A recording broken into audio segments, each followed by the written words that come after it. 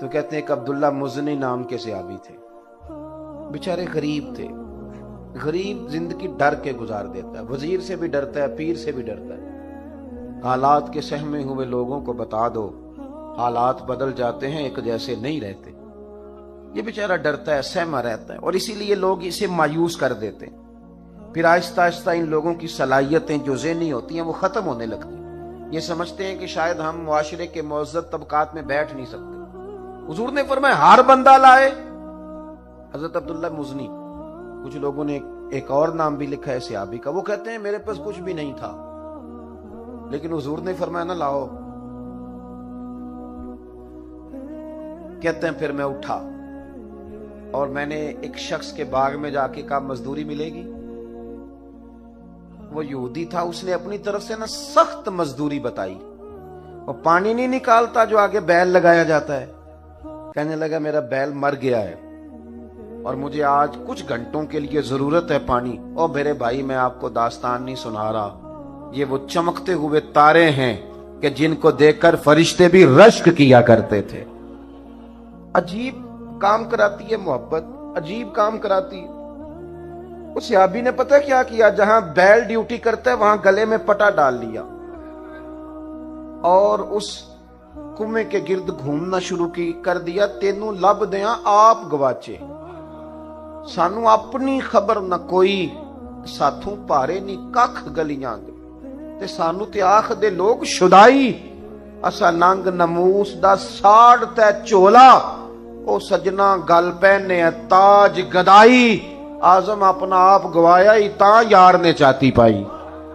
فرماتے میں وہاں گھومتا رہا، آخر انسان تھا، نازک وجود تھا، تھوڑا جسم پھٹ گیا اور چند کلو کھجوریں مجھے مزدوری میں ملی اور میں نے انہیں پلو سے باندھا اور سارے رستے روتا بھی تھا اور سوچتا بھی تھا کہ جہاں عثمان غنی جیسے لوگوں نے ڈھیر دیے ہوں گے، عبد الرحمن ابن عوف جیسے لوگوں نے ڈھیر دیے ہوں گے، وہاں میرا یہ چند کلو کھجوروں کا نذرانہ کیا کرے گا.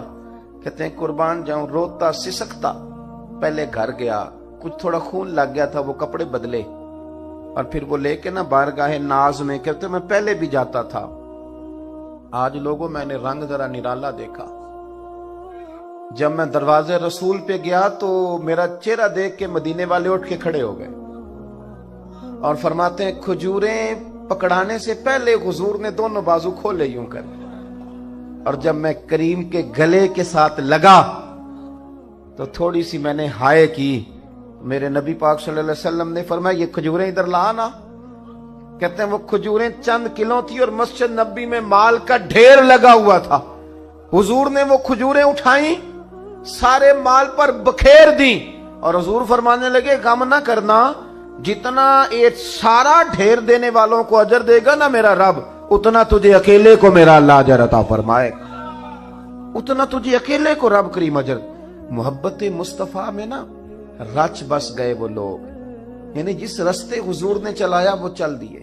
آپ یقین کریں یہ واحد جماعت ہے دنیا میں، جماعت صحابہ.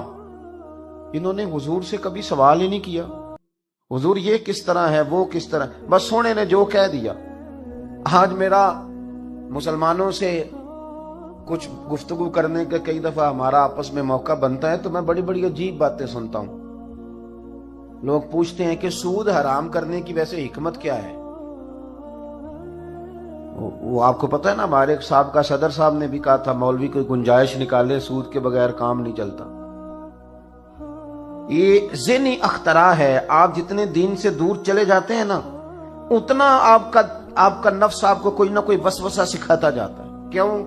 اس لیے کہ اب ہم پیسہ روزی روٹی کے لیے نہیں کماتے، اب ہم بنگلہ کار کوٹھی کے لیے پیسہ کماتے ہیں، اور بنگلوں کی کوٹھیوں کی حد کوئی نہیں ہوتی. وہ آپ چھوٹی گاڑی میں بیٹھے ہوں تو پھر آپ کا دل چاہتا ہے کہ گاڑی تھوڑی بڑی ہونی چاہیے، اور جب بڑی مل جائے تو پھر آپ کا دل کرتا ہے اس کے ٹائر چھوٹے ہیں، کبھی بڑے ٹائروں والی مل جائے نا. یہ ایک مکان لے لیں، پھر آپ وہ جب خرید لیتے ہیں تو پھر وہ جو سامنے والا پلاٹ ہے وہ پریشان کرنے لگ جاتا ہے کہ کبھی یہ بھی مل جائے تو چلو اس میں گاڑی کھڑی کروں گا. اس کی کار کوٹھی بنگلے کی کوئی حد ہوتی نہیں، یہاں کہیں رکتا ہی نہیں بندہ. مسئلہ یہ ہے کہ مسلمان اب کہتے ہیں کہ پہلے حکمت بتاؤ، داڑھی کی حکمت بتاؤ. نماز کی حکمت بتاؤ، اسلام نے فلانی چیز جو ہے ہم پہ لاگو کی حکمت بتاؤ۔ چلیں، ہر حکم کی حکمتیں ہیں، ہر عالم اپنے علم کے مطابق اس کی وضاحت کرے گا، پر میں یہاں ایک سوال اٹھاتا ہوں۔ میں کہتا ہوں کہ آپ نے اپنے غلام کو، ملازم کو، نوکر کو کہا کہ 1000 روپے کی چینی لے کے آ، اس نے آپ سے کہا کہ پہلے حکمت بتائیں، 200 کی منگا لیں، اس سے بھی تو کام چل جاتا ہے نا۔ میرا خیال ہے آپ مان لیں گے اس کی بات، بولیے کیوں نہیں مانیں گے؟ آپ کہیں گے غلام ہو کے تو کہانیاں سناتا ہے، تو نا جس کام کے پیسے لیتا ہے وہ ہے بات ماننا۔ یہ 1000 روپیہ لے اور جا کے نا وہاں سے چینی لے کے آ، کہانی نہ سنا۔ جو غلام ہوتے ہیں وہ غلامی کرتے ہیں، وہ حکمت نہیں پوچھتے، دلیل نہیں پوچھتے، غلام جو ہو گئے۔ کو نہیں سمجھ آئی آپ کو میری بات؟ او بھائی، غلام غلامی کرتے ہیں، وہ حکمتیں ان کا کام ہے کہ جو کہہ دیا۔ حضرت امام احمد بن حنبل رحمت اللہ علیہ فرماتے میں بازار سے غلام خرید کے لایا، پر میں کوئی اللہ کا بندہ ہی لے آیا۔ حضرت مرزا مظہر جانے جانا فرماتے ہیں کہ بارش ہوئی تھی تازی دلی میں تازی بارش ہوئی تھی، ایک بابا لکڑی کے جوتے پہنے کھڑا ہوں، اللہ اللہ اللہ، اسی کسے دے کچھ بھی نہیں لگ دے، نہ کوئی ساڈا دردی۔ بابا مست ہو کے جا رہا، اللہ اللہ کرتا جا رہا۔ ایک طوائف اپنے کوٹھے سے اتر کے تو سیڑھیوں پہ بیٹھی تھی، ساتھ اس کا یار بھی بیٹھا تھا۔ بابا اپنی مستی میں جا رہا ہے، تو بابا جی کے پیروں سے کچھ مٹی اڑی تو اس عورت کے کپڑوں پہ پڑ گئی، پرواہ نہیں، بزرگ گزر رہے۔ وہ یار اس کا دوڑا ہوا آیا، اس نے آ کے تھپڑ مارا، کا خیال نہیں سارے اس کے کپڑے آلودہ کر دیے، تو کدھر تیرا دماغ نہیں ٹھیک؟ بابا نے نظر اٹھائی، کہا بیٹے میں نے دیکھا نہیں، چل اللہ تیرا بھلا کرے، تو نے بدلہ لے لیا۔ بابا جی چپ کر کے، وَإِذَا خَاطَبَهُمُ الْجَاهِلُونَ قَالُوا السَّلَامَ، چپ کر کے گزر گئے۔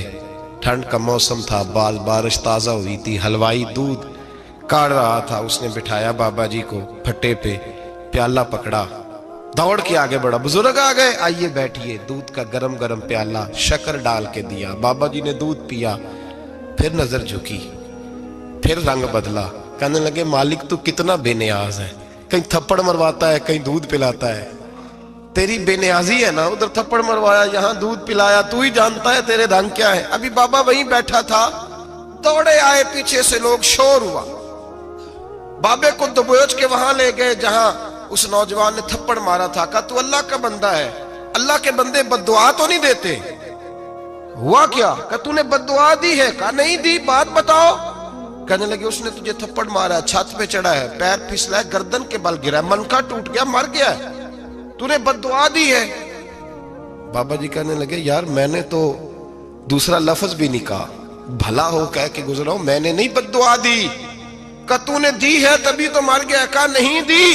کہا بابا تو بزرگ آدمی ہے، سچ بول۔ تو بابا جی کہنے لگے سچ سنو، پھر میں آ رہا تھا، میرے پیروں سے مٹی اڑی، اس کے یار کے کپڑوں پہ پڑی، اسے برا لگا، اس نے مجھے مارا، جب اس نے مجھے مارا تو میں کوئی لاوارث تو نہیں تھا، جب اس نے مجھے مارا تو میں کوئی لاوارث تو نہیں تھا، مجھے دشمنوں نہ چھیڑو، میرا ہے کوئی جہاں میں ابھی پکار لوں گا، نہیں دور ہے مدینہ، اس نے مجھے مارا تو میں کوئی لاوارث تھا کہ میرا بدلہ کوئی نہ لیتا، اس نے مجھے مارا ہے تو میرے یار کو برا لگا تو اس نے اسے مار دیا ہے، میری تو غلطی کوئی نہیں، یاروں کا جھگڑا ہے، یہ تو دوستوں کا جھگڑا ہے، یہ تو یاروں کا جھگڑا ہے، کوئی غلطی نہیں میری، کوئی غلطی نہیں، خش خش جنہ قدر نہیں میرا، اے میرے صاحب نو وڈیاں، میں تے گلیاں دا روڑا کوڑا، میں گلیاں دا روڑا کوڑا، میں نو محل چڑھایا ہے سائیاں، میں نو محل چڑھایا ہے سائیاں۔